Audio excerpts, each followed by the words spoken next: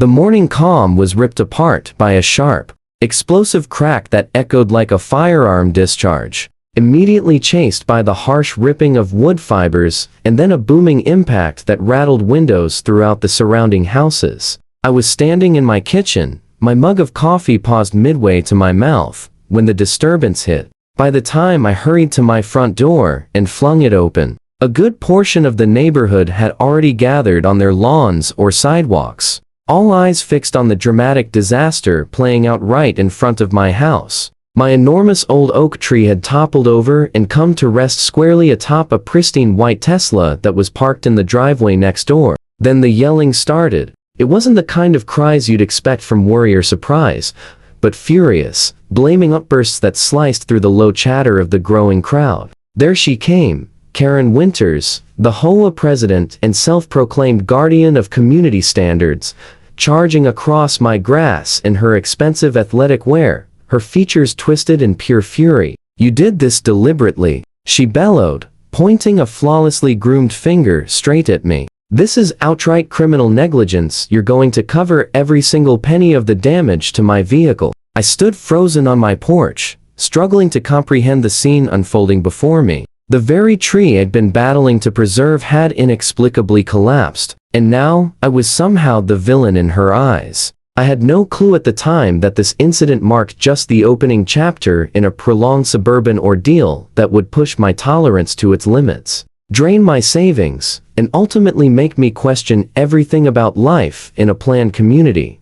Only 6 weeks before, I had relocated to what I sincerely believed would be my ideal residence. After enduring years of urban apartment rentals, I'd at last accumulated enough for a substantial down payment on an attractive colonial-style house, complete with a generous yard, in the Oak Ridge Estates development. The real estate agent had casually noted the presence of a homeowners association with what she described as sensible rules, but it hadn't worried me in the least. I maintained a neat property and had zero intention of installing tacky lawn ornaments or performing vehicle maintenance in plain view. On my third day as a resident, while sorting through moving boxes in my living room, the doorbell chimed.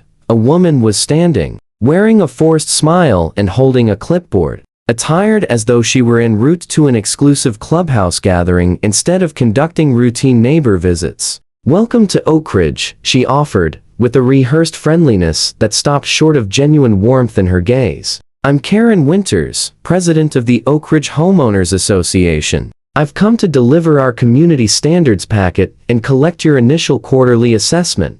She presented me with a thick 3-ring binder that felt unusually weighty, packed with what appeared to be around 100 pages detailing rules, restrictions, and governing documents. I expressed my thanks courteously, issued a check for the fees, and figured that would conclude our exchange. How mistaken I was. The next week brought my inaugural formal HOA violation notice slipped into my mailbox. It seemed my trash receptacle had lingered at the curb for 12 hours following pickup, breaching Section 4.3.7 of the standards. I sent a polite email apology, noting that I was still in the process of moving in. Karen's reply was brief, yet appeared accommodating. I assumed the matter was closed. 3 days afterward, Karen appeared at my door once more. This visit lacked even the pretense of a smile. "We must address your tree," she declared, gesturing toward the impressive oak dominating my front yard, its limbs extending broadly like sheltering guardians over the lot. "What's the issue with it?" I inquired, truly puzzled. Karen exhaled dramatically, as if simplifying a concept for someone slow to grasp. "That oak is obstructing the mountain vista from multiple residences along the street, including my own. Our aesthetic standards explicitly require that sightline impediments be reduced. You'll need to have it taken out." I stared at her in astonishment. The oak was clearly at least 60 years old, vibrant and imposing. It offered cooling shade to my house and nesting spots for numerous birds. There was simply no chance. I won't feel it merely to enhance a few neighbors' scenery. "I'm sorry, but I can't agree to removing a perfectly healthy tree," I responded, as civilly as possible. It was standing when I purchased the home, and it's actually one of the features that drew me to the property. Karen's face tightened. "I believe you're misunderstanding the situation. This isn't optional. The association possesses the power to mandate landscaping changes that serve the broader community interest. I held firm. With respect, I've reviewed the documents, and they specify that established mature trees are safeguarded unless they're diseased or pose a safety risk. My certified arborist confirmed its sound condition during the inspection process. It was accurate. I had deliberately inquired about the tree while finalizing the buy. Karen's gaze sharpened, and I could practically sense her mind calculating next steps. She departed abruptly without further comment, her back straight with obvious resentment. Unbeknownst to me, I had essentially initiated hostilities. In the following fortnight, the subtle retaliation commenced. It started with reports of excessive noise from my air conditioning system during nighttime operation. Next arrived a citation claiming my mailbox post measured half an inch below the mandated height. My trash bins drew another complaint, now for being partially visible from the road via a small opening in my fencing. Every infraction demanded a formal written reply and carried warnings of monetary penalties if ignored. Fellow residents would offer awkward smiles upon spotting me, but then hasten away. I eventually discovered that opposing Karen was widely considered a local forbidden act. Her spouse held a seat on the municipal council, and she maintained ties with area vendors and contractors. Those who defied her frequently ended up socially shunned or facing unexplained holdups in services. One day, I observed a landscaping team operating in the shared space adjacent to my boundary. From my home office window, I saw Karen directing them while repeatedly motioning toward my oak. That same afternoon, upon returning from errands, I discovered the east-facing portion of my tree had been severely pruned. Mutilated better describes it, with multiple major limbs hacked off. The incisions were rough and amateurish, rendering the tree asymmetrical and at risk. I was furious. I promptly contacted a licensed arborist who verified the improper pruning had likely compromised the tree's stability. I documented everything with photos, submitted a police report for unauthorized entry and vandalism, and forwarded a firmly phrased message to the full HOA board, including the proof. Karen replied with complete disavowal of responsibility, asserting that routine upkeep had targeted only limbs extending into communal areas. 2 days on, I arrived home from my job to discover my oak entirely eradicated.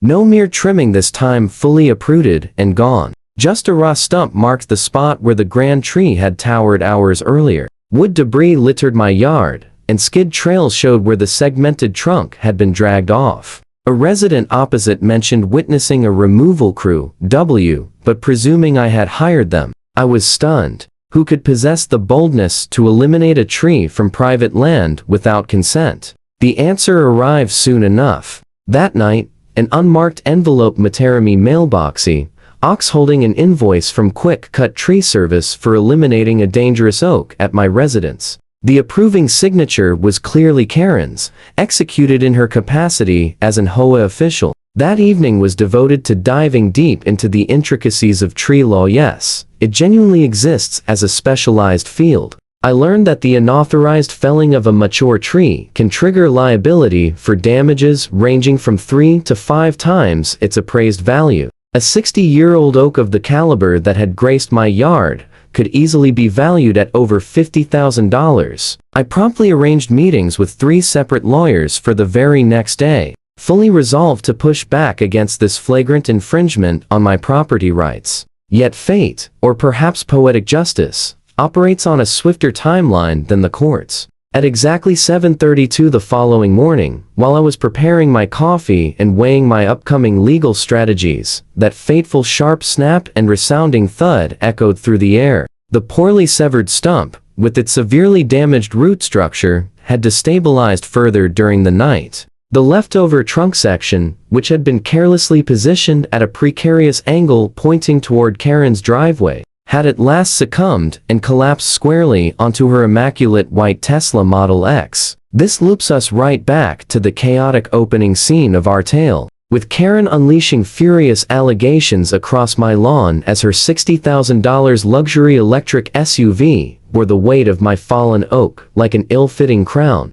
The assembled onlookers from the neighborhood stood in hushed amazement while she dramatically dialed emergency services, insisting that I had intentionally engineered the destruction of her vehicle. When officers responded to the call, they displayed little enthusiasm for her conspiracy claims, particularly once I presented them with the anonymous receipt and my prior police report detailing the vandalism. Karen remained relentless, however. In less than 48 hours, I was served with official papers notifying me that she was pursuing litigation against me for negligence, destruction of property, infliction of emotional distress, and deprivation of her car's usability. Her complaint alleged that I had willfully allowed a dangerous tree to remain in place despite repeated HOA directives to mitigate the risk. The compensation she demanded approached $200,000, a figure that vastly exceeded the coverage provided by my homeowners insurance policy. At the same time, the HOA board, evidently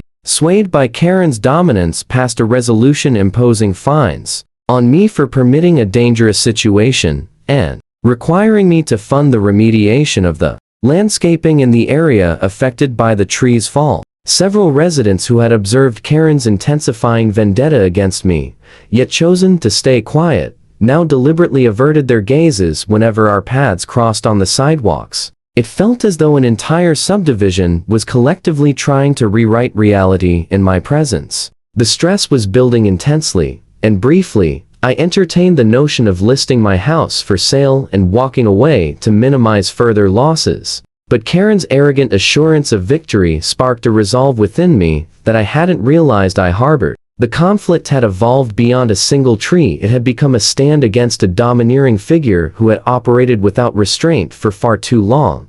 I retained Raymond Chen, a lawyer with expertise in real estate conflicts and a notable aversion to authoritarian homeowners associations. Upon hearing the full account and examining my compiled documentation, he broke into a genuine grin. "You've handled this impeccably up to now," he assured me. The police filing, the certified arborist's evaluation, the detailed photographs, however, will require concrete proof linking her directly to the unauthorized cutting. That's precisely when fortune smiled upon us. Martin, the resident living 2 houses away, quietly approached me one afternoon while I was retrieving my mail. "I've been keeping an eye on the situation," he confided in a low voice. "Karen has crossed a serious line here. My home security system captures a portion off me front yard. I reviewed the recordings from the date your tree was removed. Martin's video evidence was impeccably sharp.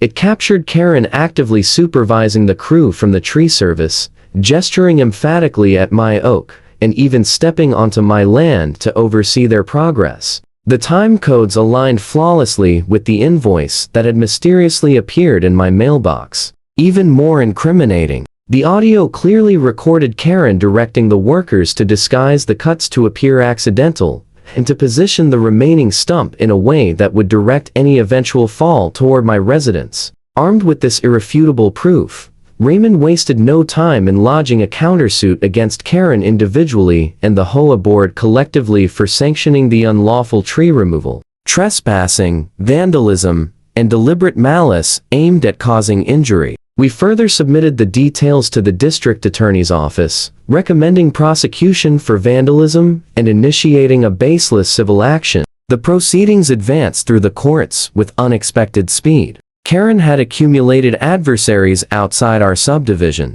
Among them, a judge whose application for a zoning exception to install an accessibility ramp at his mother's home had been aggressively blocked by her during a public council session. Although he stepped aside from presiding over our matter, he saw to it that the case landed with a fellow jurist renowned for her rigorous adherence to property rights statutes. The date of the hearing finally came, and Karen arrived, flanked by her counsel, a polished attorney known for representing large insurers in denial claims. She positioned herself opposite me in the courtroom, periodically casting hostile looks my way while projecting an air of wrong virtue toward the bench. Her arguments unraveled almost from the outset once the security video was screened, vividly depicting her orchestrating the tree's destruction and explicitly ordering the creation of a perilous setup. The judge's demeanor shifted from impartial to visibly appalled. Karen's lawyer tried to contend that she had operated within her legitimate powers as association president, only to be swiftly interrupted. No provision in any homeowners association covenant within this jurisdiction empowers an officer to invade private land and eliminate a sound tree absent the owner's approval, the judge declared emphatically. Moreover, the demonstrated purpose of engineering harm to adjacent property through intentional instability veers into criminal territory. Karen's composure faltered visibly, as the judge proceeded not only to throw out her original suit, but to rule entirely in favor of my counterclaims. The verdict proved ruinous for her: $75,000, compensating the appraised worth of the mature oak, $20,000 in exemplary damages, and full reimbursement of my attorney costs, which had accumulated to almost $30,000. The judge additionally forwarded the file to prosecutors for potential charges related to criminal mischief and abusive litigation, though the repercussions reached far beyond monetary penalties. By the time proceedings concluded and we exited the building, Karen's husband had already fielded inquiries from multiple council members voicing alarm over the outcome. The HOA directors, detecting the changing tides in local influence, convened an urgent session that same night and voted without dissent to oust Karen from her presidential role, on grounds of conduct harmful to the community's welfare. Standing on the courthouse steps, Karen's meticulously maintained veneer shattered at last. Her features twisted in fury as she thrust an accusing finger toward me. "You've destroyed it all," she cried out, her voice cracking with emotion. "Do you even comprehend my standing in this neighborhood? 20 years I've invested in protecting our home values." "Perhaps in the future," I answered steadily, "you'll hesitate before removing someone else's tree." As Karen hurried away toward her temporary rental vehicle, her Tesla still undergoing extensive repairs, I noticed several residents who had assembled nearby to observe the resolution, trading subtle nods and barely concealed grins. The local despot had at long last encountered accountability, and I suspected Oak Ridge Estates was on the verge of transforming into a considerably more agreeable community.